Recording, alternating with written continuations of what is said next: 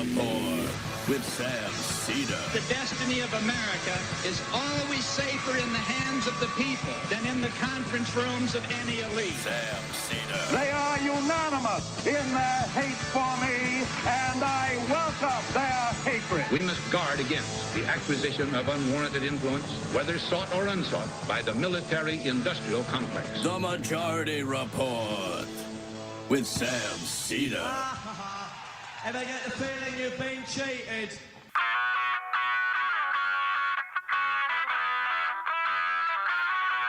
It is Thursday, October 3rd, 2024. My name is Emma Vigeland, in for Sam Seder, and this is the 5-time award-winning Majority Report.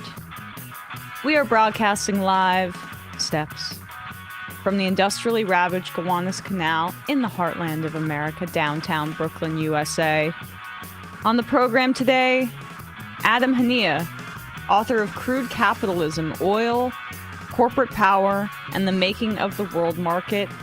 And later in the show, Greg Stoker of Colonial Outcasts will be back with us to talk about Iran's retaliatory strikes, Israel's invasion of Lebanon, and more.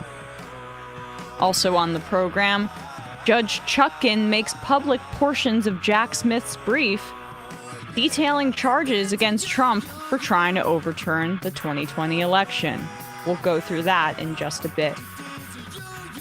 The Wall Street Journal finds Elon Musk has been funneling tens of millions of dollars into Republican PACs secretly since the midterms, as well as DeSantis's failed primary campaign.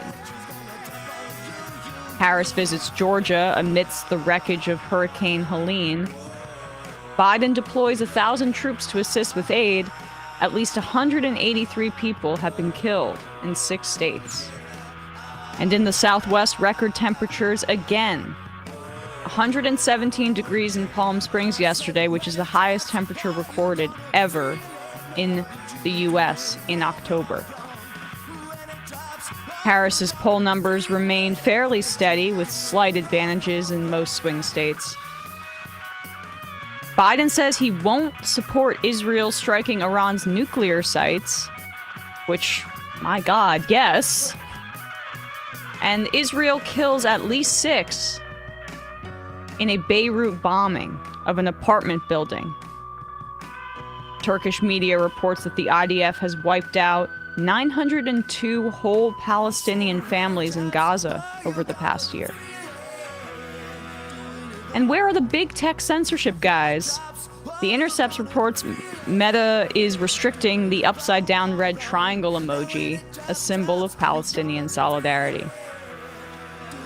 The 47,000-strong dock workers strike at all East Coast and Gulf Coast ports continues, and Biden has said he won't use Taft-Hartley to intervene. Pre-trial hearings begin in the case of Daniel Penny, charged with manslaughter and criminally negligent homicide for choking Jordan Neely on the subway. And lastly, we're a day or so late on this, but Claudia Sheinbaum, officially president of Mexico, its first female leader, and AMLO leaves office with an approval rating that never dropped below 60%. All this and more on today's Majority Report. Welcome to the show, everybody. It's an EmMajority Report Thursday. Excuse my voice a bit over the past few days. I've been fighting a cold, so I heard myself a little yesterday. I'm like, oh, that's some rasp. I've got some rasp going on, but everybody get your COVID tests, or you can order free COVID tests. Get your updated COVID vaccine. I've taken a bunch of COVID tests. It's not COVID, but there's a lot of stuff floating around, and like, I don't know. I'm not exactly sure. Maybe Maybe there's other sicknesses that are around right now. But I think it's got to be schools. I mean, I'm feeling like it because, I mean, this time last year, and knock on wood, I haven't been sick since this, but I got COVID right as school started, and I went to a funeral, and it's like those sorts of things. Right. I think the school starting thing is a big part of it. So everybody stay safe, mask up if you can, and definitely get that updated COVID shot if you have the ability. So yesterday, A 165-page brief, which was filed by special counsel Jack Smith, was unsealed by a federal judge. It gives us a even more complete picture, honestly, about Trump's actions on January 6th than we even got in the Jan 6 committee. Some of the names are redacted, I think, in part because some of them are still working for the campaign, I think. And that was a request by Trump. But you can see how Jack Smith in this new brief basically addresses the parameters set by the Supreme Court regarding presidential immunity. So a reminder that the Supreme Court determined, absurdly, that presidents are, quote, absolutely immune when they're using their core constitutional powers, and they're entitled to the presumption of immunity for official acts. So there's the tier of core constitutional powers. They're immune from prosecution in that instance, according to the Supreme Court. Then there's the standard of official acts as the president.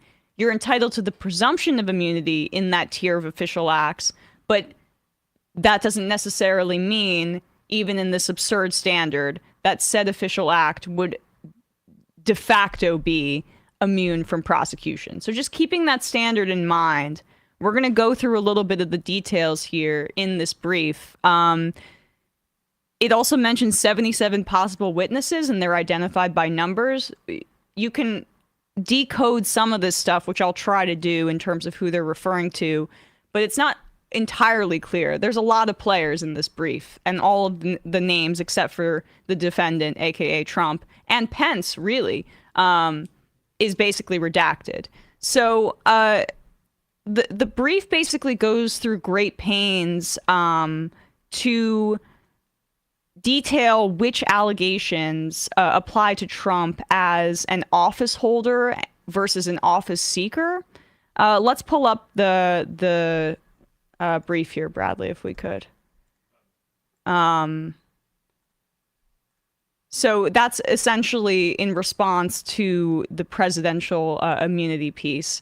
This is the beginning of the brief here. Yeah, there we go. You can see how it's Section 2 sets forth the legal principles governing claims of presidential immunity. It explains that for each category of conduct the Supreme Court has not yet addressed, this court should first determine whether it was an official or unofficial by analyzing the relevant content, form, and context to determine whether the defendant was acting in his official capacity or instead in his capacity as a candidate for re-election. Where the defendant was acting as office seeker, not office holder, no immunity attaches. For any conduct deemed official, the court should next determine whether the presumption of immunity is rebutted, which requires the government to show that applying a criminal prohibition to that act would pose no dangers of intrusion on the authority and functions of the executive branch. So he lays that out there, how he's basically going to work around the nonsensical standards set by the Supreme Court. Now, if we could scroll down a little bit more here, you can notice that this part here. When the defendant lost the 2020 presidential election, he resorted to crimes to stay in office with private co-conspirators, again, this emphasis on private, out in his role as a candidate, not as the president. The defendant launched a series of increasingly desperate plans to overturn the legitimate election result in 7 states he had lost: Arizona, Georgia, Michigan, Nevada, New Mexico, Pennsylvania, and Wisconsin, the targeted states. His efforts included lying to state officials in order to induce them to ignore true vote counts, manufacturing fraudulent electoral votes in the targeted states, and attempting to enlist Vice President Michael R. Pence in his role as the president of the Senate. Notice there, Smith emphasizes the president of the Senate, which would not be covered under presidential immunity, to obstruct Congress's certification of the election by using the defendant's fraudulent electoral votes, and when all else had failed on January 6, 2021, directing an angry crowd of supporters to the United States Capitol to obstruct the congressional certification. So they lay out the charges there. But there were some new revelations here that we didn't know before. We found out that Trump was warned that he wouldn't know who won. This is on page 5. We find out that leading into the election, the defendant's private and campaign advisors, including P6, a private citizen, it's not immediately clear who P6 is. There has been some work on that, but yeah, we can just say P6. For now, yeah. P6, then a private citizen, and P2, the defendant's campaign manager, who I guess we could determine that pretty easily, but I don't have that right in front of me, informed him that it would be a close contest and that it was unlikely to be finalized on election day, in part because of the time needed to process large numbers of mail-in ballots prompted by the COVID-19 pandemic. Privately, the defendant told advisors, including P6, campaign personnel, P7, a White House staffer and campaign volunteer, and P8, the vice president's chief of staff, that in such scenario, he would simply declare victory before all the ballots were counted and any winner was projected. So this is new information in the sense that it shows that Trump was prepared to declare victory regardless of the unique circumstances of how the count would be tabulated due to the pandemic. That's something new that we learned. Page 8 is another piece of information that's new from this filing. This was fascinating to me because you see the connections to 2000 here. This is here how Trump had a campaign staffer, which people are speculating is Mike Roman. I think P6 is supposedly Roger Stone. Again, we don't know that for sure. But in the immediate post-election period, while the defendant claimed fraud without proof, his private operatives sought to create chaos rather than seek clarity at polling places where states were continuing to tabulate votes. For example, on November 4th, P5, again speculated to be Mike Roman, a campaign employee, agent and co-conspirator of the defendant, tried to sow confusion when the ongoing vote at the TCF Center in Detroit, Michigan looked unfavorable for the defendant. Then, when a colleague at the TCF Center told P5, "We think a batch of votes heavily in Biden's favor is right," P5 responded, "Find a reason it isn't," and, quote, "give me options to file litigation, and even if it is. When the colleague suggested that there was about to be unrest reminiscent of the Brooks Brothers riot, a violent effort to stop the vote count in Florida after the 2000 presidential election, which was successful, by the way, P5 responded, "Make them riot and do it." And the Brooks Brothers riot was P6 speculated to be Roger Stone, a big part of his Rat F campaign in that regard, which is when essentially he enlisted a bunch of Republican staffers who were dressed in Brooks Brothers-like attire, that's where it got its name, to go down and harass a bunch of election workers who were doing a recount in Florida in 2000. And as Matt says, it was successful. Okay, so that's something new that we learned. Let's go to page 17 here. This pertains to Donald Trump's efforts to lie to then Governor Doug Ducey of Arizona about the evidence that he was going to present. Now, Ducey was a Republican, no longer the governor.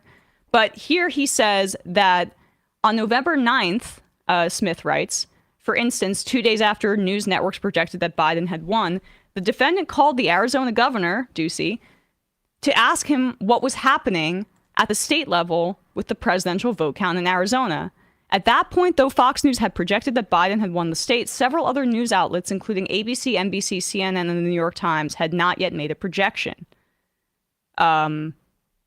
P16 walked the defendant through the margins and the votes, blah, blah, blah. But basically, the long and short of it is that the defendant, put that back up, although the defendant said he would send evidence, stating, quote, "we're packaging it up," he never did. Shortly thereafter, on November 13th, campaign manager told the defendant directly that a false fraud claim had been circulating, that a substantial number of non-citizens had voted in Arizona was false. The same day, as noted previously, campaign attorneys conceded in court that the remaining election lawsuit in Arizona was moot. So Trump said that he would give Governor Doug Ducey in Arizona evidence, lied about it, said he was packaging it up and never sent it. And then here's the big stuff. Let's skip over some of this. Giuliani texted the wrong number. in one of these, apparently a proposed resolution to Michigan lawmakers about overturning the election. That's some funny stuff. There was also conversations Trump was having making fun of Sidney Powell, calling her insane. But this is what's making headlines on page 139. So Trump was tweeting in the lead up to the January 6th riot, and he was preparing to speak there. And here Smith basically establishes that Pence had told Trump that he lost prior to the remarks that Trump was going to make at this rally. So the defendant, Trump, had a 2:24 p.m. tweet aimed at Vice President Mike Pence, which Jack Smith is saying here was unofficial, and I could just read that tweet for you. Mike Pence didn't have the courage to do what should have been done to protect our country and our Constitution, giving states a chance to certify a corrected set of facts, not the fraudulent or inaccurate ones, which they were asked to previously certify. USA demands the truth. So that's 2:24. That's the tweet at issue here. So that tweet in particular, the defendant's 2:24 p.m. tweet aimed at Vice President Pence was unofficial. The defendant personally posted the tweet on the afternoon of January 6th. Can we put this back up, please? At a point when he already understood that the Capitol had been breached, writing, Mike Pence didn't have the courage. I read that out loud. Keep scrolling down. So as described above, he tweeted about it at 1 a.m. on January 6th, again at 8:17 a.m., tweeting about Mike Pence and how he could work to overturn the election. So after that 8:17 a.m. tweet, the defendant worked on his remarks for the Ellipse, aka that's where he gave his speech, and planned to include language explicitly putting pressure on Pence regarding the certification until his advisors prevail on him not to. At 11:15 a.m., the defendant called Pence and tried one last-ditch effort to convince him to fraudulently reject or return Biden's legitimate electors. Pence was resolute and unmoved, and the defendant was furious. Immediately after the call, Trump directed that the original language targeting Pence be reinserted in his prepared remarks for the Ellipse rally. The defendant then went to the Ellipse and delivered a falsehood-laden speech to his angry supporters. He purposely singled out Pence by claiming that Pence had the power to overturn the election results, and, though the defendant stood at the podium with full knowledge that Pence would not do so, gave the crowd false hope that Pence might exercise that power. So you can see this timeline here. Pence had already told Trump by this point, I'm not going to do this. Trump doesn't care, and anyway tells the crowd at the Ellipse that Pence can do this. Now we get to when the news breaks that the rioters had reached the Capitol. At that time, the defendant's advisors, including the White House, Deputy White House Counsel, urged the defendant to issue a calming message and make efforts to stop the riot. The defendant refused, responding that the people at the Capitol were angry because the election had been stolen. Eventually, all of the defendant's staffers left him alone in the dining room. Fox News continued to report on the growing crisis at the Capitol. It was at that point, alone, watching news in real time and with knowledge that rioters had breached the Capitol building, that the defendant issued the 2:24 p.m. tweet attacking Pence for refusing the defendant's entreaties to join the conspiracy and help overturn the results of the election. 1 minute later, the Secret Service was forced to evacuate Pence to a secure location in the Capitol. This was roughly 90 minutes after Pence had announced publicly that he would not act unlawfully to overturn the election. The certification proceeding was underway, and the first breach of the Capitol building had occurred minutes before at 2:12 p.m. So Trump sent that tweet out 12 minutes after the Capitol was breached. And by that point, the defendant's only hope was to disrupt the certification proceeding and retain power was through his angry supporters. The defendant further revealed the private nature. So they're essentially establishing the private nature of this. Upon receiving a phone call alerting him that Pence had been taken to a secure location, person 15 rushed to the dining room to inform the defendant in hopes that the defendant would take action to ensure Pence's safety. Instead, after P15 delivered the news, the defendant looked at him and said only, "So what?" So that's the money line there. Trump had been tweeting about Mike Pence being able to overturn the results of the election in the hours leading up to the certification process. He had been urged by his advisors to take the language about Pence out of his speech at the Ellipse. Pence called him or they had a conversation where he said, I'm not going to be able to do this. Trump reinserted the language about Pence back into the speech. Then he gives the speech. We all know the inflammatory rhetoric there. The rioters descend on the Capitol. He goes and is watching Fox News alone in the dining room and by himself sends out that tweet. Mike Pence didn't have the courage to do what should have been done to protect our country and Constitution, giving states a chance to certify a corrected set of facts, not the fraudulent or inaccurate ones, which they were asked to previously certify. USA demands the truth. Knowing Pence wasn't going to do it, knowing he was in danger, knowing the rioters had gotten into the Capitol building around 12 minutes prior to that because he'd been watching the footage live on Fox News, and apparently the prosecution is going to show what Trump was watching at the time that he sent out that tweet as well. So this case, it's very, very thoroughly laid out. And it seems to me like they're setting up a situation where Mike Pence is going to be on the witness stand as the star witness, unless Trump wins the election, by the way. But this is the part they're going to try to poke holes in whether or not Pence is acting in his official capacity as VP or as the president of the Senate. But as it relates to the election certification, that's clearly in his capacity as president of the Senate. And so, look, you can get any right-wing judge we now know that can apparently overturn these results. But in terms of creating an airtight case, it was pretty fascinating to read this brief last night. And we're going to be getting more and more information about who these folks are. Some people have decoded it, but I don't want to make proclamations if it hasn't been officially reported yet. But there you have it. Trump's obviously furious that this was released, but the trial, this isn't going to happen or start until after the election anyway. But it's good to know. I think it's kind of relevant that one of the two people that's going to be president after the election in November tried to overturn the election and was more than complicit in inciting violence against his own vice president to make that happen. All right, folks, we're going to be talking to Adam Hanieh in just a second, but first, a word from one of our sponsors, HelloFresh.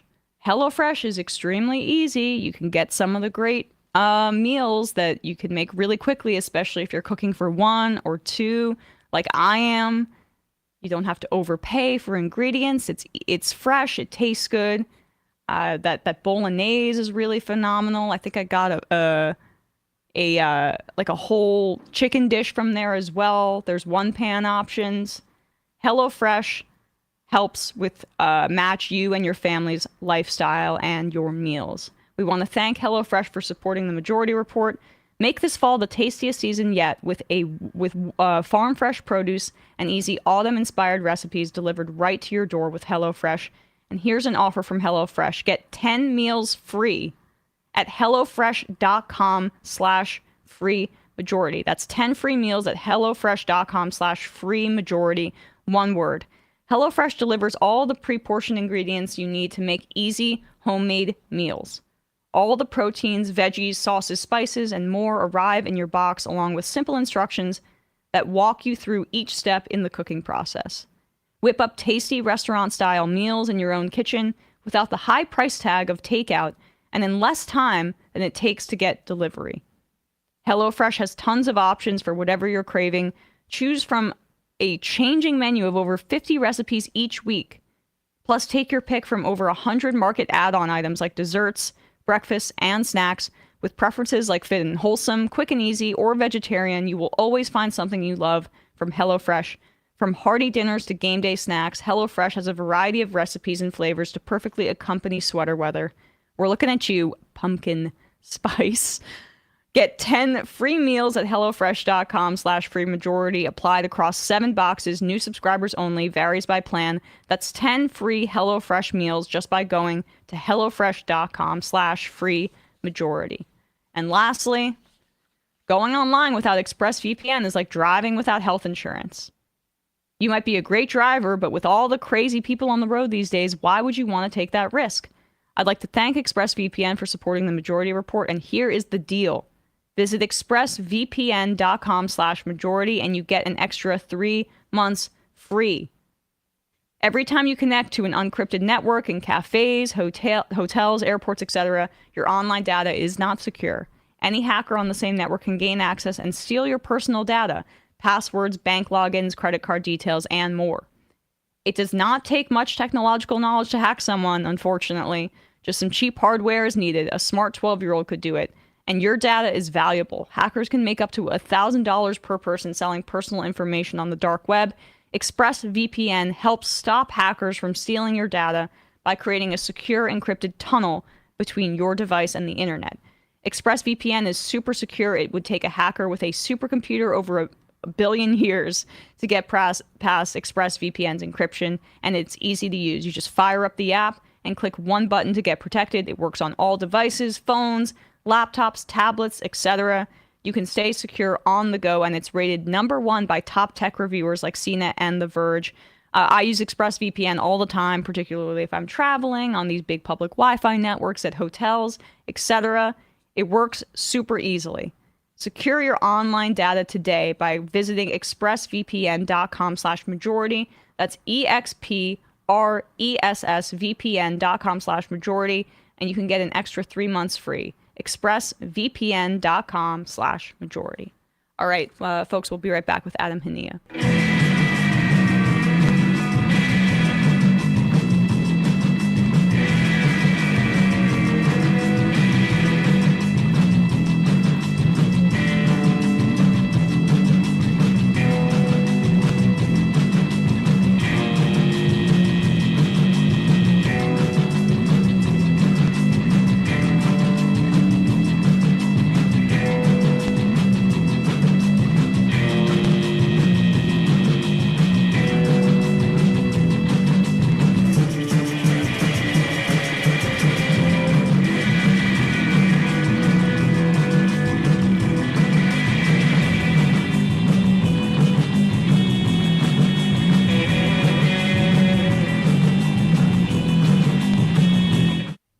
We are back, and we are joined now by Adam Hanieh, professor of political economy and global development at the Institute for Arab and Islamic Studies at the University of Exeter, author of Crude Capitalism, Oil, Corporate Power, and the Making of the World Market. Adam, thanks so much for coming on the show today.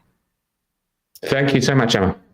So, you are of Palestinian background. You've written quite a bit, I believe, about Palestine.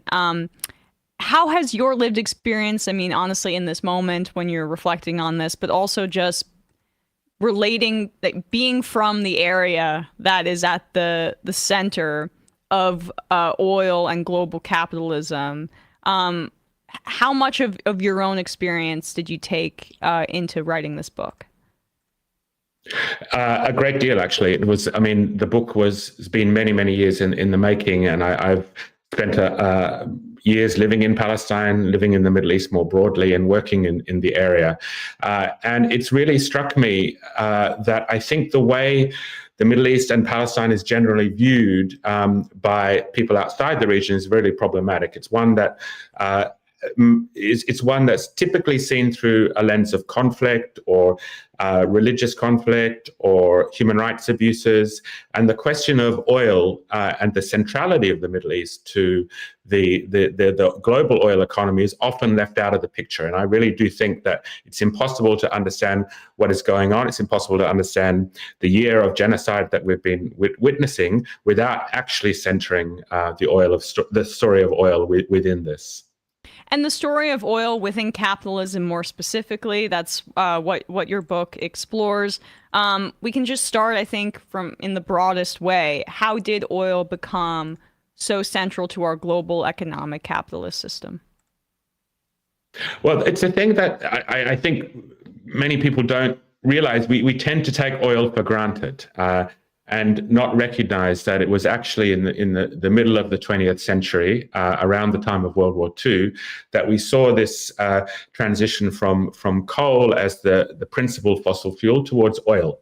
And that happened at that time with the Second World War. And what I've tried to do in this book is to tell this story of what it was about oil that made it so central for capitalism, and basically emphasizing things such as the endless accumulation that lies at the heart of capitalism and our social system, the tendency to speed up production, speed up consumption, and the ways in which oil really played into these features of capitalism, features of the social system that we live under. So that's really the key point, that oil hasn't always been around. It's really quite a short story since the 1950s, and it has played an enormous role in actually driving forward capitalism, but also building the world system that we live on, and particularly building American power within this. I guess that's a good way to talk a little bit about the history of oil and how it's reflected really in that hockey stick graph. I know you referenced that as well.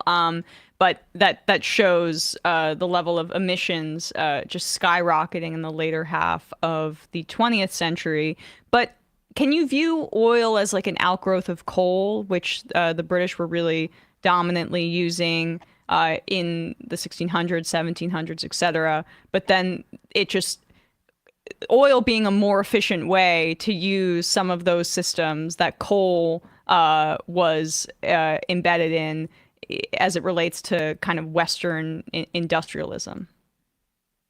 Yes, certainly. I mean, the rise of the British Empire, and many people have written about this, was closely connected to coal as the fossil fuel, the principal fossil fuel. And you're absolutely right. Middle of the 20th century, oil takes that place of coal. But we often speak of the coal to oil transition, but in some ways I think this is a bit of a misnomer. And one of the things I try to do in this book is point out, when we talk about energy transitions, we tend to think of them as replacing one energy source by another. And that's really not what happens under capitalism.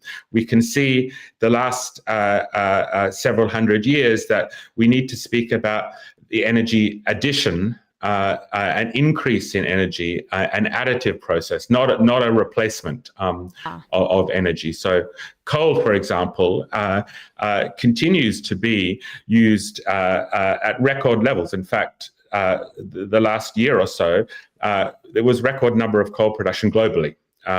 Similarly with fossil fuels, similarly with oil. So we see these energy sources laid on top of one another rather than replacing one another. And what oil did, being a commodity that could be moved around much more easily than coal, had a greater energy density than coal, and also critically could be used as a material to help produce petrochemicals, plastics, and these other kinds of materials. This is why oil really became the central part of the fossil fuel system that we currently live under.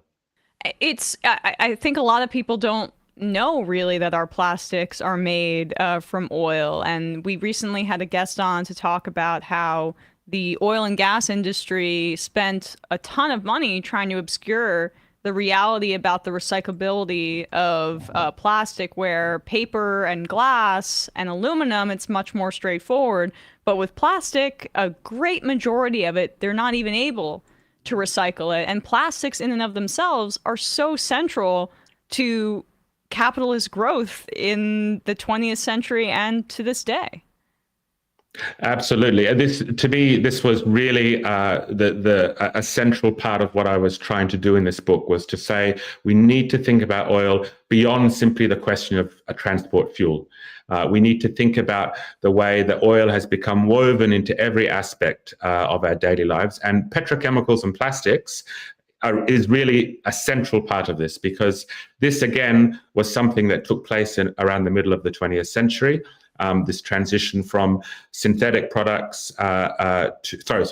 products to synthetic materials that are ultimately produced from oil.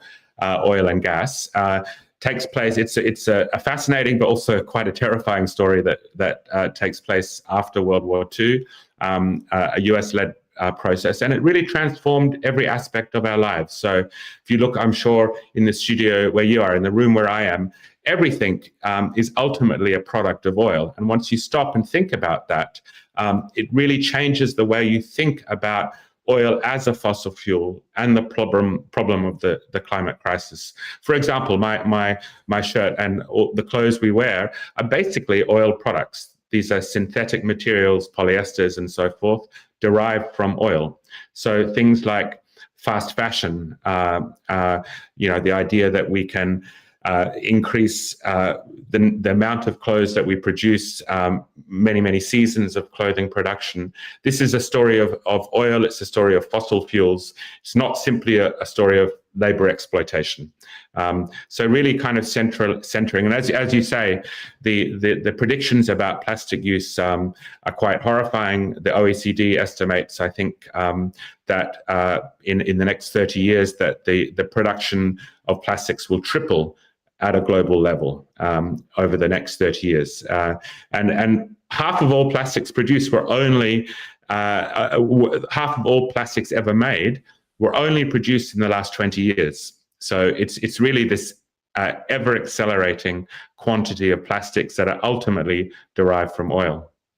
And I guess we can talk about oil's complete takeover and expansion in the 20th century in a second, but you also make a real point to talk about oil's market monopoly and how there were really both coming out of Rockefeller and Standard Oil, but then I guess into the 20th century, there were 7 companies by that point that controlled almost all of the oil. 5 of them were American, and then a few of them, I think, were European. So, like, how did it get to that level so quickly of market consolidation, starting with Standard Oil up to that period?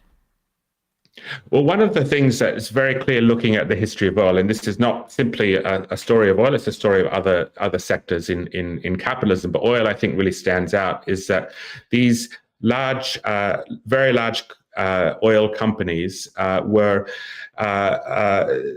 diversified down the value chain. So they were involved in the production of crude oil, digging the oil out of the ground, but they also controlled the infrastructure that moved oil around the planet, pipelines, shipping, trucks, all of that kind of thing. They controlled the refining of oil, which is a really critical step because that's what turns crude oil into something useful. And then they also controlled the marketing and the sale of oil. So they controlled the whole the value chain of oil in this sense. Now, this kind of vertical integration was really pronounced in the oil company in the oil industry. And as you say, there were 7 companies up until about the 1960s, 1970s that controlled basically all of the world's oil in this way. They were called the Seven Sisters. Today, the picture is a little bit different, and one of the things I really spend a lot of time in the book trying to emphasize is that we need to think about the oil companies that are really major players on the world stage, but are not necessarily centered in Western markets. So the Gulf, Saudi Arabia, for example, is really key to this today. Saudi Aramco, the Saudi oil company, is by far the largest oil company in the world. In fact, it's one of the largest companies, full stop, in the world.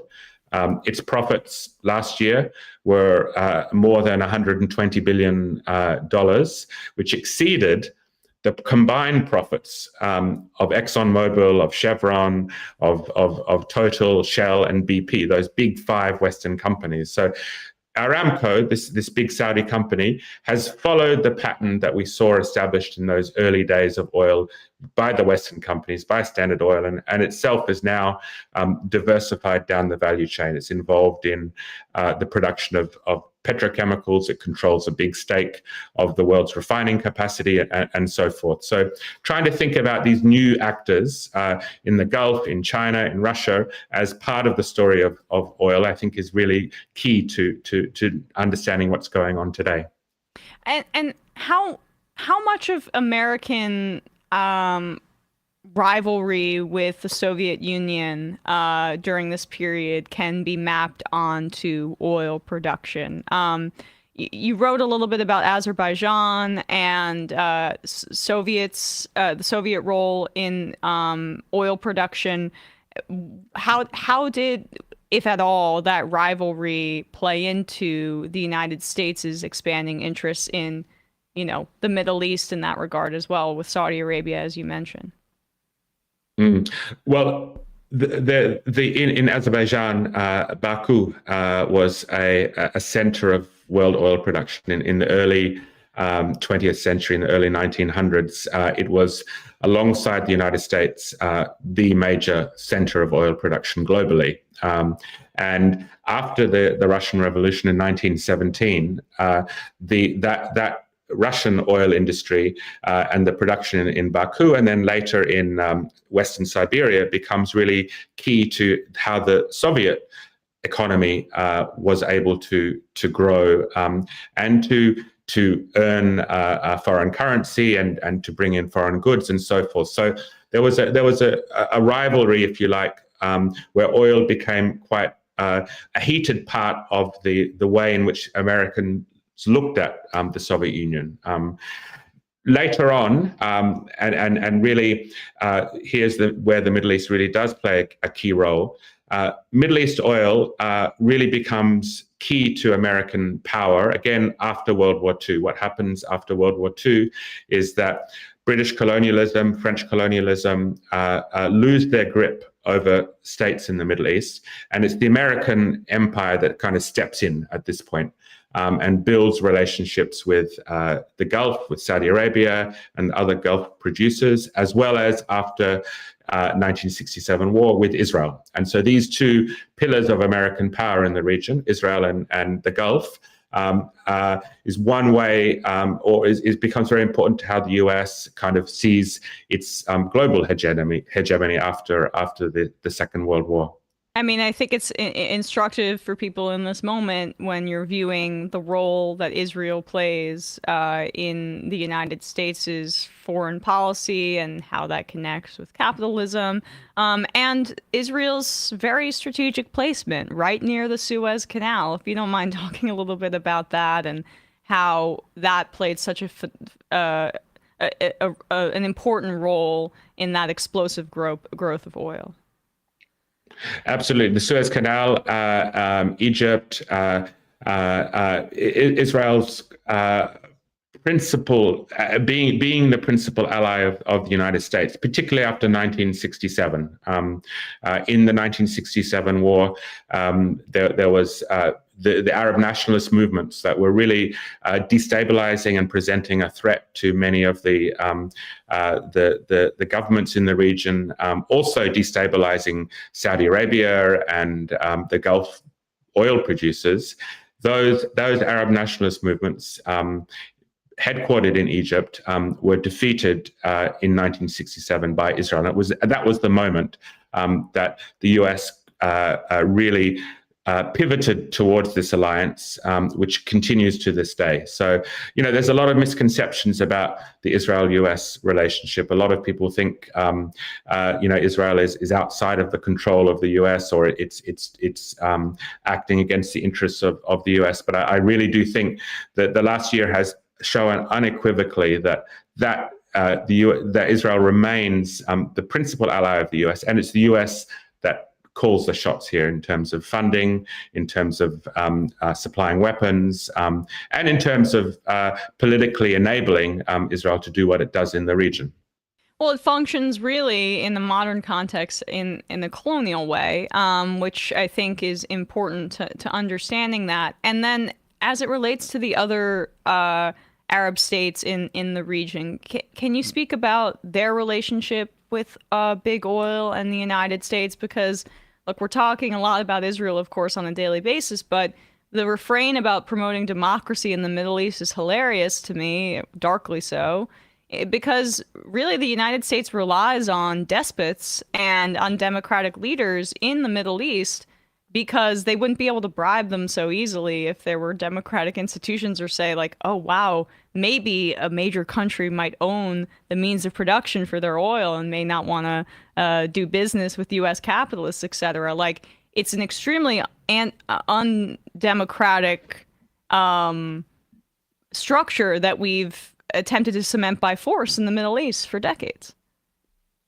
Absolutely. And again, I spend a lot of time in the book talking about this relationship between the US and those regimes, particularly in the Gulf, particularly Saudi Arabia. Saudi Arabia is absolutely central to this.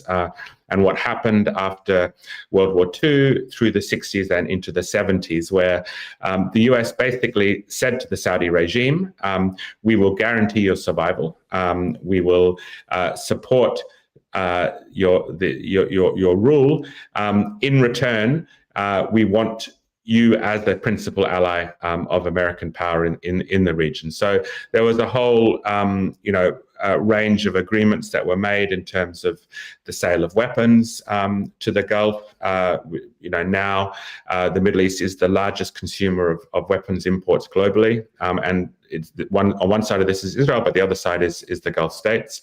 The pricing of oil in US dollars was a really important part of this kind of relationship with Saudi Arabia that again emerged in the 1970s. And today, and through the 1990s and 2000s, what we've seen is the American state trying to promote a closer alliance or a normalization between the Gulf and Israel. Yes. And that's really the end goal. So we can see this today. Sorry, go Absolutely. on. The Abraham Accords with the United Arab Emirates and Bahrain and a number of other states normalizing with Israel. Saudi Arabia has made it very clear that they are willing to do so as long as some kind of arrangement can be made. And I think that's clearly the end goal of American strategy in the region, is to knit together these two pillars that I spoke of, Israel on one side and the Gulf states on the other. And oil it can't be separated from the question of oil, because the Gulf's oil now is mostly sold to China and East Asia. It doesn't flow to Europe. It doesn't flow to the US. It flows east. And that really does give the US potentially a very powerful weapon to any kind of challenge from China and to its global power. And I think that's the kind of strategic thinking we're seeing around the region at the moment. To curb China's influence by maintaining dominance over the Middle East, right? Which, Absolutely. Can hard power continue to do this? Because we saw that China was able to broker conversations between Iran and Saudi Arabia as it related to Yemen. And that, for me, I think, the United States, we shouldn't underestimate their military power given the extreme, exponential size of it relative to other nations. But it just is something to watch for in the long term. Lastly, OPEC. Can you speak a little bit about their role, what OPEC is, and how it's an outbranch of colonization, really, of the region, and I guess also just more broadly how the post-World War II period brought about so much of the power structures that we see here? Yes, up until the Second World War, the region's oil was basically controlled by the Seven Sisters that we spoke about earlier, those big American and European oil companies. And this was true across the region. What happened as decolonization and the anti-colonial and national liberation movements in the region spread rapidly through the 50s and 60s, oil was a real central part of that. And there was an attempt by oil-producing countries in the region to basically take control of their oil, their own oil resources, and particularly take control of the pricing of oil, and no longer have the sale and the refining and all that controlled by the Western firms. So that was kind of the context in which OPEC emerged. OPEC was formed in 1960. It was formed by 5 big oil producers, led particularly by Saudi Arabia and Venezuela, Iran, Iraq at that moment. But then over the following decades, it's come to include other major oil producing countries, not all, but many.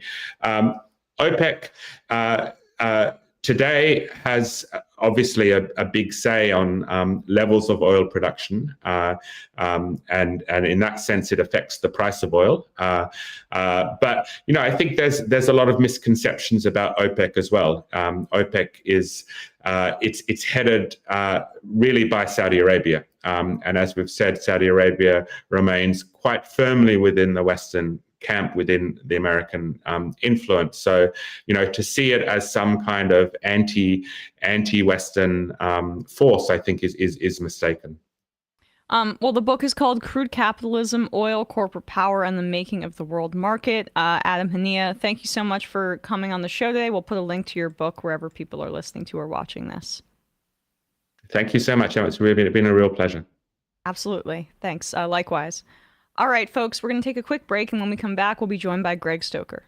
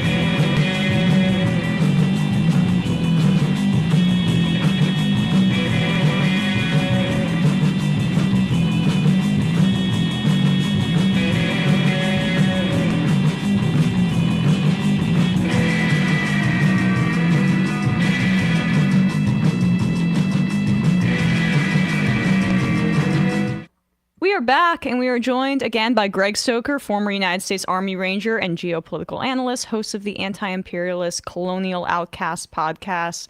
Greg, thanks so much for coming back on the show today. Thanks for having me. So, your background, I think people may be familiar, but for those who aren't, you enlisted right after high school. You served in the U.S. Army, as I mentioned. So if you were to guess, or based on conversations you've had with people, what is the appetite within the U.S. Armed Services to go to war to back up Israel as they're committing genocide? Well, unfortunately, a lot of people within the United States military don't see it as a genocide. The word terrorist has been weaponized for generations to basically be used as a mechanism of the great powers to condemn forms of violence that they don't approve of. So a lot of people are still drinking the Kool-Aid. However, the big question is the massive U.S. military-wide recruiting crisis that is ongoing. That's a real threat to United States capabilities going forward, especially fighting a near peer like China in the future. We have a whole situation going on with Taiwan. And there's also a massive retention crisis because there are people having moral qualms about what's happening in the Middle East, concerns about getting into another nebulous forever war in that region. So there's a retention crisis as well. And that's where experienced veterans with dozens of 5, 10, maybe 15 years of experience will not re-enlist to do another 5 years. They'll just get out. So there's a lot of national security ramifications and consequences for U.S. foreign policy right now, backing Israel unconditionally. Right. I mean, we know that there are some troops in the region, as we have mentioned. Biden has now come out publicly and basically told Israel not to attack Iran's nuclear sites, which, the idea that he even had to say that publicly is immensely concerning to me.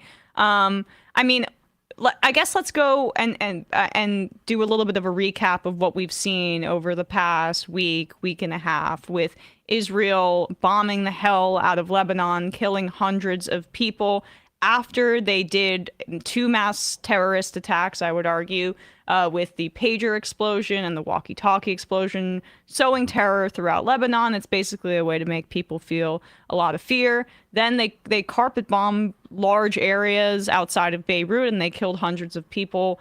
Last night, they also bombed a residential building apartment building in Beirut that had associations with Hezbollah, but it was right next to a hospital, and there's a lot of just other massive ramifications from that. Over 1 million people in Lebanon have already been displaced. That's, I guess, the broad understanding of what Israel's done in Lebanon. But in terms of on the ground in southern Lebanon and what Hezbollah is dealing with, can you just break down these events since then?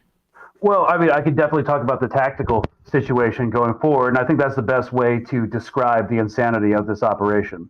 So actually, just before now, for my show on Mint Press News later tonight, I interviewed a former Marine Corps drill instructor who worked with the IDF, and we were just talking about their complete lack of discipline, lack of situational awareness, lack of competence.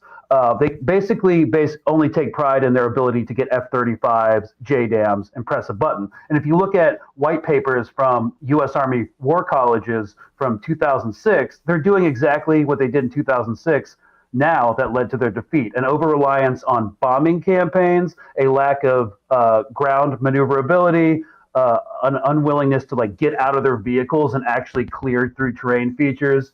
They just as we saw in Gaza, they like to stay buttoned up in their APCs and their tanks, not actually get out, which makes the tanks very vulnerable, but that's a different aspect. And then a massive information operations, or what we would in the civilian terms call a propaganda campaign, to portray an image of defeat for Hezbollah and an image of total victory for Israel. And so one of the main problems with their whole, the pager attack was this massive intelligence coup. It was more of a James Bond villain operation that James Bond in the movie would be trying to stop, because if anybody but Israel did that, it would be considered a terrorist attack, especially if Hezbollah did the same thing, but with IDF soldiers. So that's one form of hypocrisy. But they said their entire command structure has been taken out. Well, first of all, Hezbollah was born out of a guerrilla insurgent force movement to occupation. They are designed to function in cells, in networks that are independent of an overarching command structure. So they have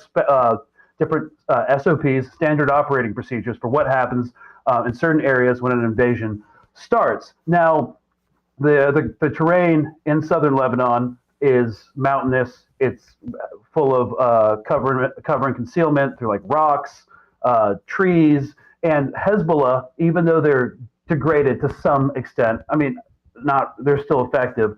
They're not the only guerrilla force, armed group in southern Lebanon. It's like when people use the blanket term of Hamas in Gaza. There's also PIJ, the PFLP. It's not just Hezbollah that's going to be fighting against this incursion. So basically what they have to do is they have to invade, conduct complex ground maneuvers that integrate combined arms. So tanks working with infantry, working with artillery, working with air assets. We've never seen them do this because they can't achieve it. So on the first stage of the invasion, they set in commando teams or special operations teams to do reconnaissance raids against weapons caches, safe houses to collect intelligence. And then they sent in kind of like a spearhead of infantry and some armor. A couple of their incursions were pushed back. There's a lot of fog of war going on. But what you have to understand about the Hezbollah position, they've honeycombed their entire military infrastructure in tunnels throughout all of Lebanon. And so there's no breaking through the front lines of Hezbollah because they have defense in depth, which means like if they get pushed back from a position, they fall back to another position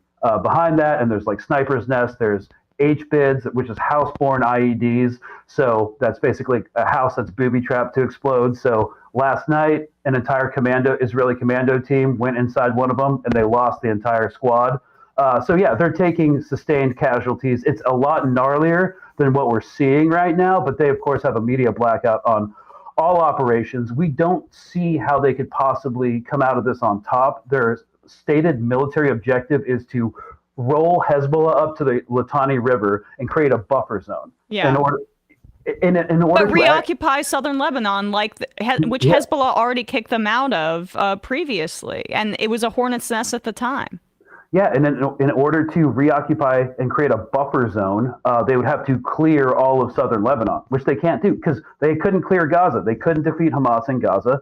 Hamas is still active there. They continue to attrit or cause combat attrition to Israeli armor and infantry units there. They haven't gone away, and they're doing a third operation in West Bank, a multi-brigade action in West Bank called Operation Summer Camps, which is basically just a big bulldozer fiesta. And now they want to escalate against Iran. It's just completely insane. They're stretched thin, and they're running out of ammunition. I'm not sure what they expect to get out of this. It's giving like mission accomplished, war in Iraq vibes. Yes, and the focus on like these aesthetic victories is really fascinating to me because it's so much about the propaganda value about decapitating Hezbollah by killing Nasrallah, or about decapitating Hamas by assassinating their lead negotiator in Tehran itself, which was a provocation that Iran didn't even really respond to, which underscores their level of restraint so far. But let's just pull up this graph from Bloomberg because I think it's really helpful to show people. We showed this the other day about the nature of the strikes and the artillery being used by Hezbollah and by the IDF. And you can just see there, one, in terms of volume, since October 7th, Israel's attacks into Lebanon on Hezbollah have far outnumbered the ones that Hezbollah has lobbed back at Israel. But again, Hezbollah doesn't have this complex military defense system like Israel does, which is the Iron Dome. But two, to your point about the usage of like these kind of pressing, how Israeli forces want to focus on just like pressing a button and then sending a bomb over there, you can see how often Israel is using airstrikes against Hezbollah, but that dark yellow is supposed to indicate Hezbollah is doing the equivalent, and you can barely discern that there. So if you could just give us a sense of like the difference in terms of the weaponry being used, Hezbollah versus what Israel is doing. Well, I think what's more salient to the question is what are the targets. So there is this idea that Israel just strikes random civilian targets.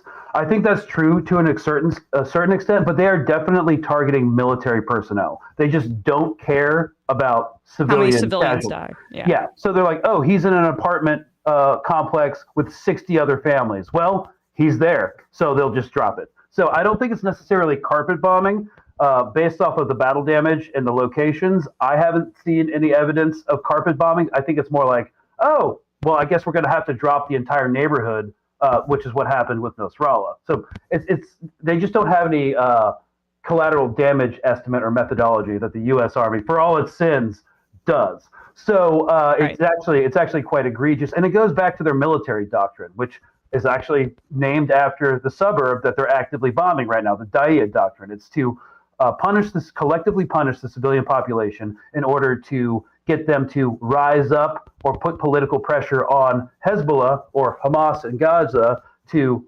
surrender, lay down arms, or give diplomatic concessions that they don't want to give. Now, the second is targeting. Hezbollah, for the most part, has only targeted military intelligence sites, sensors, and barracks full of soldiers. There's very little evidence to see that they have intentionally targeted civilian areas, which, of course, that is not serving their interests. There's also a component to this war that's based off of information operations or like creating soft power. So they're labeled a terrorist organization. By the Western powers, they have a vested interest in bucking that stereotype for legitimacy and to delegitimize Israel. And that's kind of like why Hamas, one of the reasons that they've treated the hostages so well, that's why they've waged the war at post-October 7th a certain way. There's no evidence of them like really stealing aid or doing any of the things that they're accused of, hiding in hospitals, because both Hezbollah and Hamas in Gaza, it's asymmetrical warfare. So they actually cannot defeat the IDF in the field because they don't have an air force, they don't have entire fleets of like Reaper and Predator drones or hundreds of thousands of reservists to call upon. But they can defeat them politically. So it's in Hezbollah's vested interest and Iran's vested interest to only target military sites. And we saw that with Iran's attack a couple days ago. They hit Nasaram Air Force Base and some empty areas, but it was generally the impacts that we can discern are on military targets. So I think that's one important aspect to recognize, that they are also waging an information war based off their targeting, whereas Israel basically has this entire media apparatus that they control. So there's also a lot of IO information warfare happening right now. And when it comes to ordnance that Hezbollah is using, they're using a lot of the strikes that are successful are actually anti-tank weapons and not rockets, because anti-tank are line of sight, so they don't have a trajectory that the radar and the Iron Dome can pick up and then send a missile to intercept. And Hamas doesn't have anti-tank technology. I mean, this is why Hezbollah is the strongest militia that has the ability to fight Israel on the ground. Technically, Hamas does. They have like 70s stuff, like dual phase RPGs, which can disable a tank, but it can't. It's generally not going to get an engine or crew kill. Like the complete the level of training, because Hamas has to train in an open air concentration camp. They have closed supply lines. They have to smuggle everything in. Whereas Hezbollah can be a professional fighting force. That's just the nature of their two realities. So yeah, it's gonna be messy. It already is messy. The incursion into southern Lebanon has already stalled. But the question is, can Israel, and by extension the United States and the collective West, afford to back down and be seen to be defeated? Well, that's the other question about Iran's attack, where they leveled a bunch of bombs basically at Tel Aviv, but a majority of them were intercepted, of course, by the Iron Dome. The ones that got through, it seemed very tactical, as you mentioned, were targeting, I think they were right outside the Mossad headquarters, as well as other bases that were obviously military targets. So the propaganda value for Iran here, like, they were essentially cornered into responding because they didn't respond to multiple provocations for quite a while. As I mentioned, the assassination in Tehran of the lead Hamas negotiator, the attacks on Beirut too, and like they had to come at one point and back up Hezbollah to a certain degree. And then Israel also started bombing Yemen and the Houthis and other groups that have alliances with Iran. So like, what is the value of Iran being able to show video of their rockets penetrating the Iron Dome and getting to Israeli military sites? Is that a win for Iran in this instance? And since no Israelis died, is that an off-ramp for Israel, or am I doing some wishful thinking here?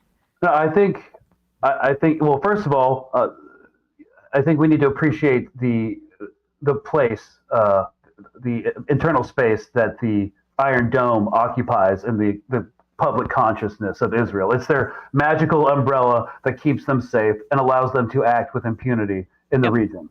And because they'll always be protected from rockets from what Iran calls the axis of resistance, and from Iran itself.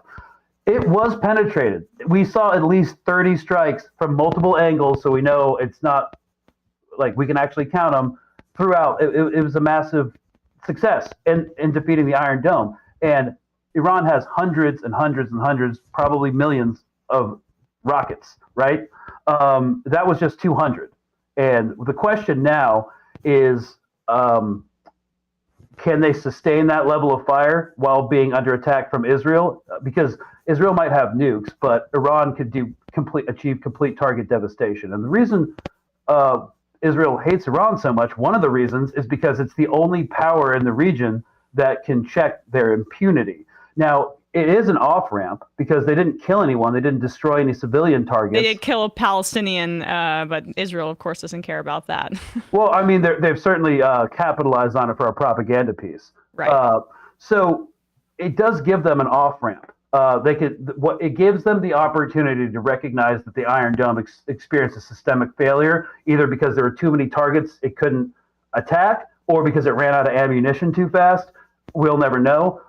So it allows them to be like, oh, Iran's this backwards country with this paper tiger of a military. They can't even penetrate the Iron Dome or kill anybody.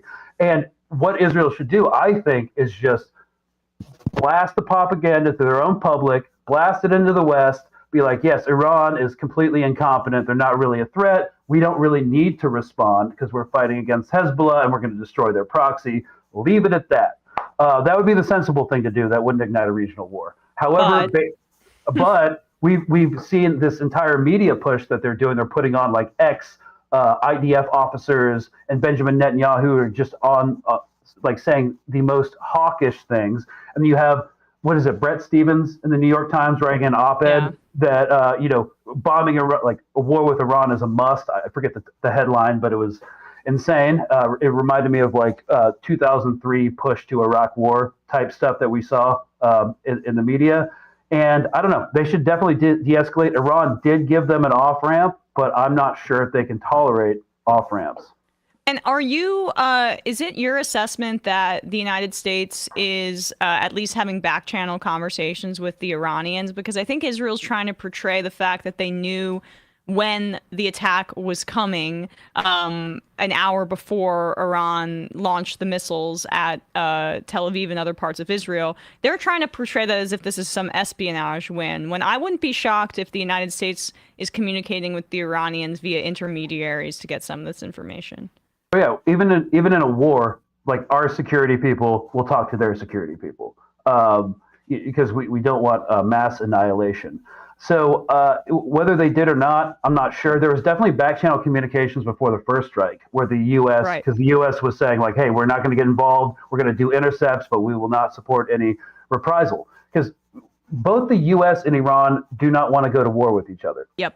Iran has been struggling under economic sanctions for a long time. Their economy is finally in an upturn. They also want other things from the U.S. They want a better nuclear deal. They want a sanction relief. And what we saw the other night with the Iranian missile attack, if they can get through the Iron Dome, that means they can concentrate fire and wipe any U.S. base that's in the Middle East completely off the map. Because our air defense systems that guard our bases are like tiny compared to the Iron Dome. They have like Patriot batteries that can only do a certain number of intercepts, and they take like 20 minutes to reload. So they're incredibly vulnerable. So are our oil assets in the region. Iran could shut down the Strait of Hormuz, and if you don't like gas prices now, well, they're going to surge right before an election. Yep. So that's going to be a problem too. Like this entire situation is a mess, and Biden is the one who could pretty much stop it all. He won't. Yep. He will say like, I support a ceasefire with Hezbollah, and these are my red lines, but Rafah was a red line. The limited operation in Rafah, which destroyed 40% of it, was supposed to be a red line. So whatever he says, he's going to back Israel unconditionally with weapons and munitions, and so is his successor, Harris, and most likely Trump. So, yeah. The red line might, though, be involving the United States in the regional war just for his own political. I mean, I guess he's a lame duck. Who cares? But I mean, it seems like that's been the only thing that they've insisted upon because they don't care about the genocide in Gaza. It's basically like Israel can conduct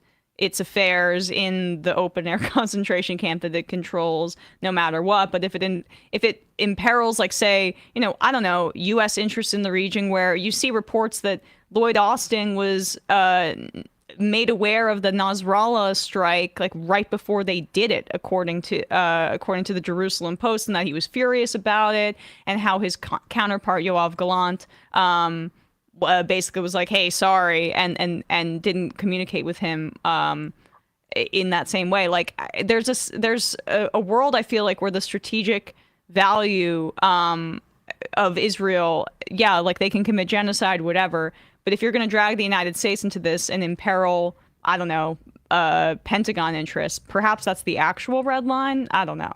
Well, it's interesting to look at troop deployments throughout the Middle East. We're not really in a combat ground war posture right now. So I tend to try to break through like sensationalist wartime reporting, saying that, like, yes, we're sending thousands more troops to the Middle East.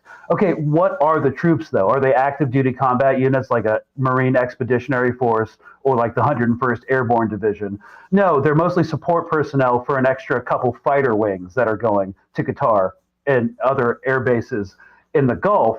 And it's not, and the only reason there's an influx of troops is because some air wings were supposed to come back and rotate out with the new one incoming. But they're just going to stay there until this cools off. So I monitor troop deployments because that's a big red flag if I start seeing an actual increase, but with particular types of units. So if World War III does happen, it's not going to happen yet. And there's still a couple rungs left to go up the escalation ladder until that does happen. I guess then your thoughts on, we don't need to play the full clip, perhaps we'll do it later, but Christian Amanpour spoke with the Lebanese foreign minister, and he essentially said that basically she asked him what he thought about American leaders supporting Israel's incursion into Lebanon, and then the Lebanese foreign minister essentially indicated that he thinks Nasrallah was going to agree to a ceasefire before Israel killed him. Now, I have a few questions about this. One, the Lebanese government is basically, non-functioning at this point. What is their relationship? What is this Lebanese foreign minister's relationship with Israel? What is his relationship with the United States? I don't have the sense of the politics of the country to be able to assess that more accurately. Is it implying that Nasrallah was going to agree to a ceasefire before there was one in Gaza? Or I'm not exactly sure. I guess, what's your take on that news that Amanpour broke when speaking to the Lebanese foreign minister? Well, first of all, it could be completely untrue or a fabrication, because the foreign minister has a vested interest in, discrediting any Israeli offensive into his country. And so, right, saying that they were going to agree to a ceasefire and that's why they killed him, well, that makes the Israeli casus belli, for like cause for war, even more tenuous. However, Israel has established a precedent of killing more reasonable pro-ceasefire voices within these organizations or these movements like Hamas and Hezbollah. The prime and most recent example is Ismail Hanieh in Tehran. He was certainly less militant than Yahya Sinwar, and he was part of the head of the political bureau of Hamas, and he was actively pushing for a ceasefire, maybe even to the point of compromising in some ways that they didn't initially want to compromise under. So it's both situations for me, looking at it, are likely. Yeah, that's fascinating. I guess, really lastly, what are your predictions in terms of where things go from here? If Israel pursues basically a ground invasion of Lebanon, it doesn't seem to me like they're going to be able to support this effort for quite a while. I mean, there's reports of IDF soldier fatigue just in terms of what they're dealing with domestically. I know Netanyahu solidified his position, and there have been a lot of people who have fled Israel, right, dual citizens. But in terms of over a year of fighting for the IDF, what does that mean domestically for Israel? Well, first of all, it means a number of things. They've activated tens, not hundreds of thousands of reservists, taking them indefinitely out of the workforce. That has massive economic repercussions. Then you have people fleeing the country, out of the workforce, out of the economy indefinitely, forever. Then you have a loss of investment.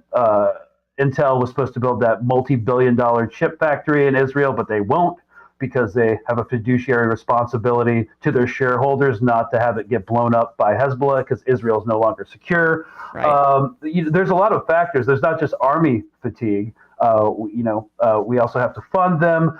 But when it comes to the Lebanon invasion, like they're not professional soldiers. The bulk of the Israeli army are conscripts, and very undisciplined conscripts. They've only had like 2 years of military service, at which point in the U.S. Army, you're still pretty much a freaking dumbass private at that point.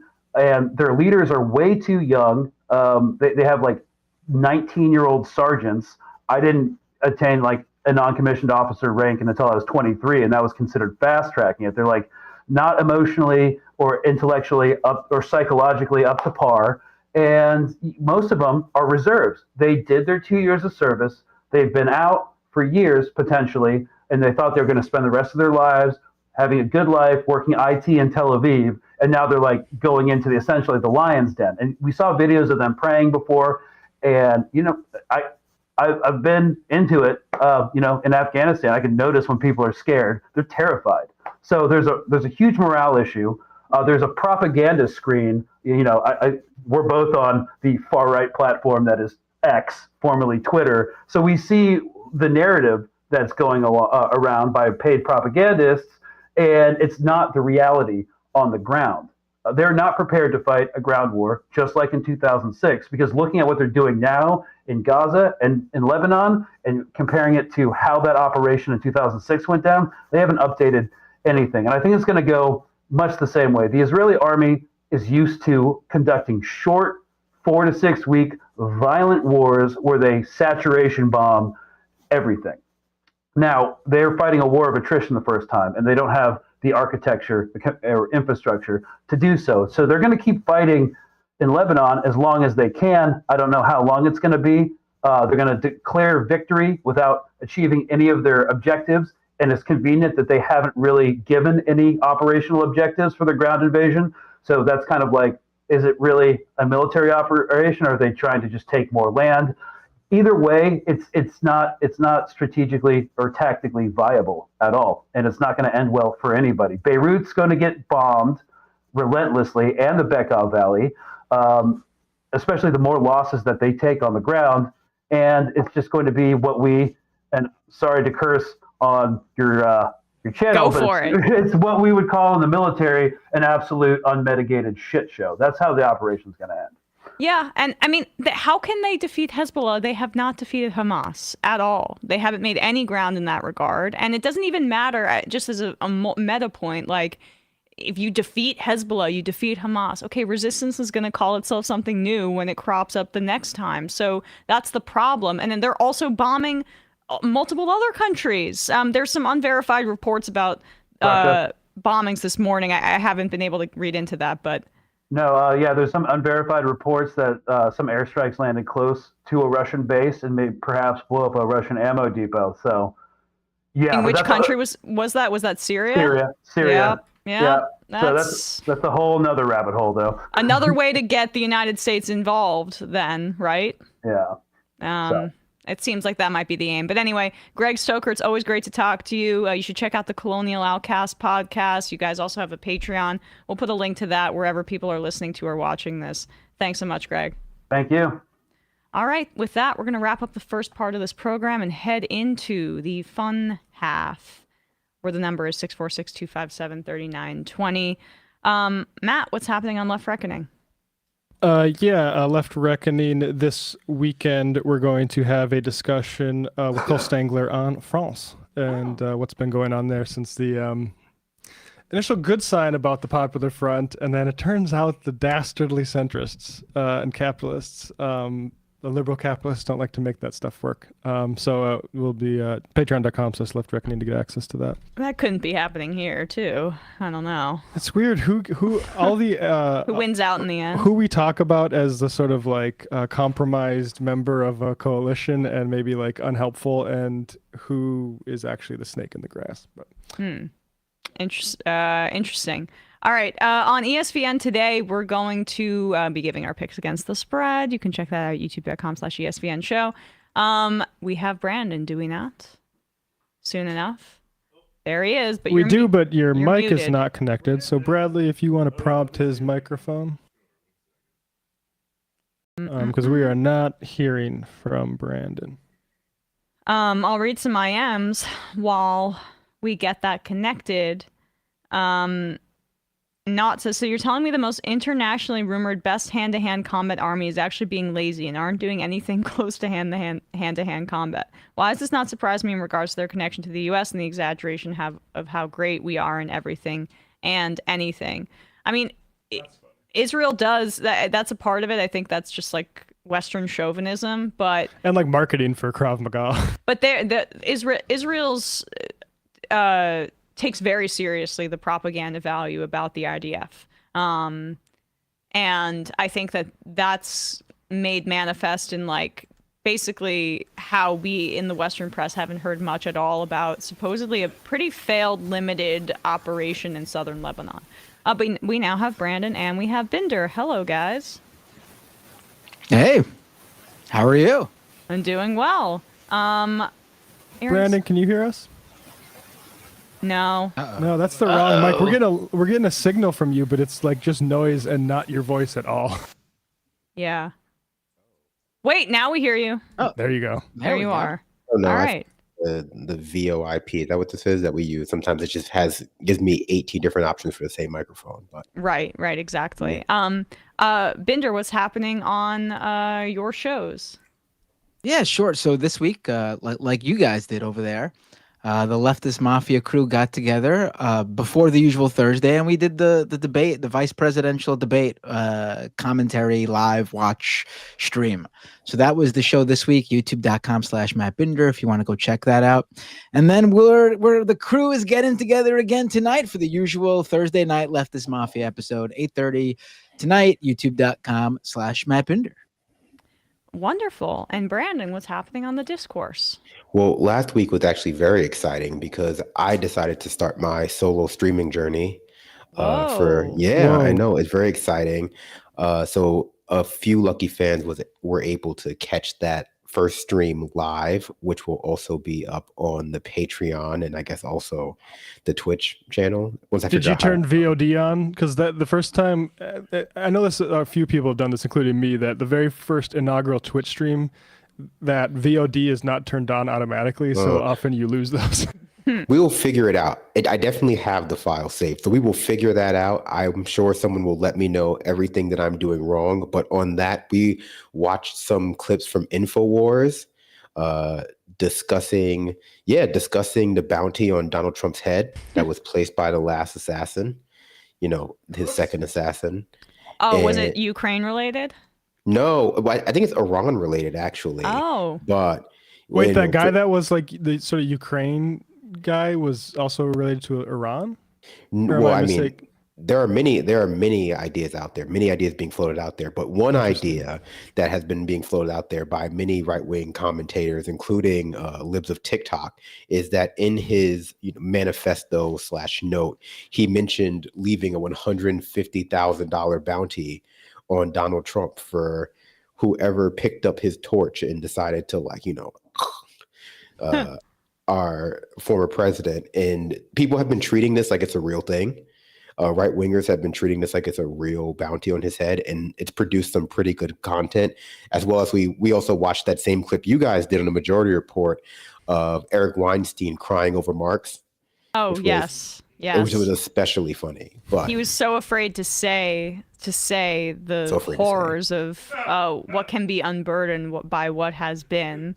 It's like saying Beetlejuice 3 times. You never know if, I don't know, Karl Marx is going to show up or something like that. I like to think that he will, right? That's the promise. If you've read Karl Marx, you know that's part of the book. That if you say, it's like the Necronomicon, honestly. Yeah. If you read it, they will come. But yeah, so we did that. I think next week, when I'm back in town, we're going to do some more fun things. We're going to watch some episodes of Beyond Belief, Fact or Fiction, one of my favorite shows. Do some group fact finding, fiction finding, and also maybe do a late vice presidential live stream along with the podcast. So follow me on Twitter at Pretty Bad Lefty, where you can keep track of that, because I'm terrible at advertising. So well, you did a pretty good job of it right there, right? So that's a perfect plug. Check that out, folks. We're gonna head into the fun half now. We will open up the phone lines in just a sec. See you there. Okay, Emma, please. Well, I feel that my voice is sorely lacking on the Majority Report. Wait, look, Sam is unpopular. I do deserve a vacation at Disney World. So, ladies and gentlemen, it is my pleasure to welcome Emma to the show. It is Thursday. I think you need to take over for Sam. Yes, please. No. I'm gonna pause you right there. Wait, what? You can't encourage Emma to live like this. And I'll tell you why. So was offered a tour, sushi, and poker with the boys. Tour, sushi, and poker with the boys. Was offered a tour, sushi, and poker with the boys. What? Tour, sushi, and poker. Tim's upset. Tour, sushi, and poker with the boys. Was offered a tour, sushi, and that's what we call it in the biz. Tour, sushi, and poker with the boys. Right. Tour, sushi, and poker. We're gonna get demonetized. I just think that what you did to Tim Pool was mean. Free speech. That's not what we're about here. Look at how sad he's become now. We shouldn't even talk about it, because I think you're responsible. I probably am in a certain way, but let's get to the meltdown here. Tour, sushi, and poker with the boys. Oh my God. Tour, wow. Sushi. I'm sorry, I'm losing my fucking mind. So was offered a tour, sushi, and poker with the boys. Logic. Tour, sushi, and poker with the boys. Boy. Tour. I think I'm like a little kid. I think I'm like a little kid. I think I'm like a kid. Tour. I think I'm like a little kid. I think I'm like a little kid. I had this debate 7,000 times. A little kid. I think I'm like a little kid. I think I'm like a kid. Tour. I'm losing my fucking mind. Some people just don't understand. So I'm not trying to be a dick right now, but like, I absolutely think the U.S. should be providing me with a wife and kids. That's not what we're talking about here. Okay, all right. It's not a fun job. Tour. That's a real thing. That's real thing. Real thing. Willy Wonka tour. That's a real thing. That's real thing. Real thing. What's that offered a tour? That's a real thing. That's real thing. Real thing. That's a tour. A real thing. That's real thing. Real thing. What's that offered a tour? Ladies and gentlemen, Joe Rogan has done it again. That offered a tour? That's a real thing. That's poker with the boys. I think he might be blowing it out of proportion. Real thing. That's poker with the boys. That offered a tour? That's a real thing. That's poker. Let's go, Joey. Tour, sushi, and poker with the boys. Take it easy, Glenn. Tour, sushi, and poker. Things have really gotten out of hand.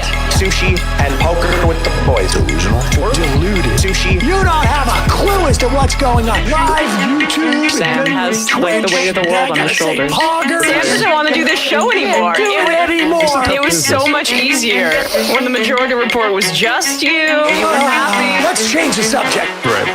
Rangers and Knicks are doing great. Now, shut up. You don't want people saying reckless things on your program. That's one of the most difficult parts about this show. This is a pro-killing podcast. I'm thinking maybe it's time we bury the hatchet. Left is best. Violet tour. Don't be foolish. And don't fucking tweet at me.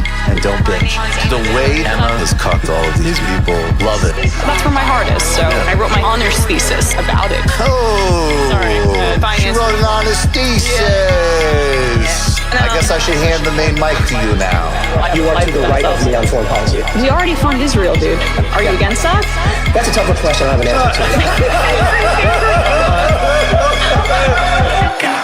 an answer to. Incredible theme song. Hi, Bumbler. Emma Vigeland, absolutely one of my favorite people. Actually, not just in the game, like period. And back. We are back, folks. It is the fun half of the Majority Report. I'm going to open up the phone lines now. 646-257-3920. Mr. Espresso, not going to lie, Emma's theme song slaps. Thank you. Kowalski from Nebraska. I got my COVID shot, flu shot, and did a very intense leg exercise after a 14-hour shift on the harvest crew yesterday. This would be enough to weaken mere mortals, but I had 700 milligrams of caffeine from espresso rushing through my blood, and frankly, I feel like I could fight God. Kowalski, you're gonna crash at one point. Take a nap.